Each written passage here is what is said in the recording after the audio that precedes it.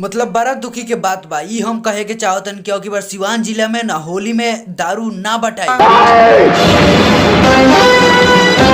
Order order, क्या हो रहा है?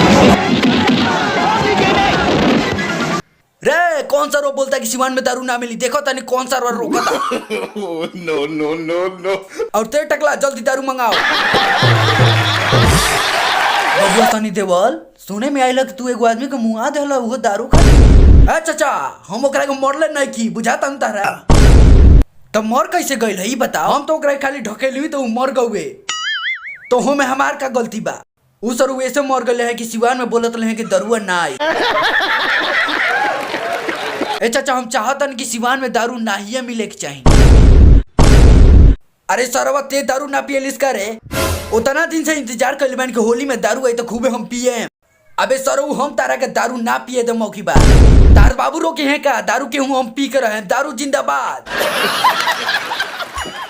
लागत है कि दारू के तारीख बढ़ाइए देवे के चाहिए।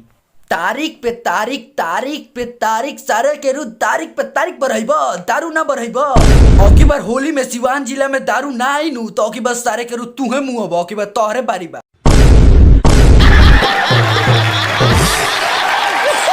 तो का हो इस सिवान वाला वीडियो कैसन लागल है? सिवान वाला वीडियो अच्छा लागल है तो इस वीडियो के लाइक करियो, साथ में चैनल के सब्सक्राइब करो।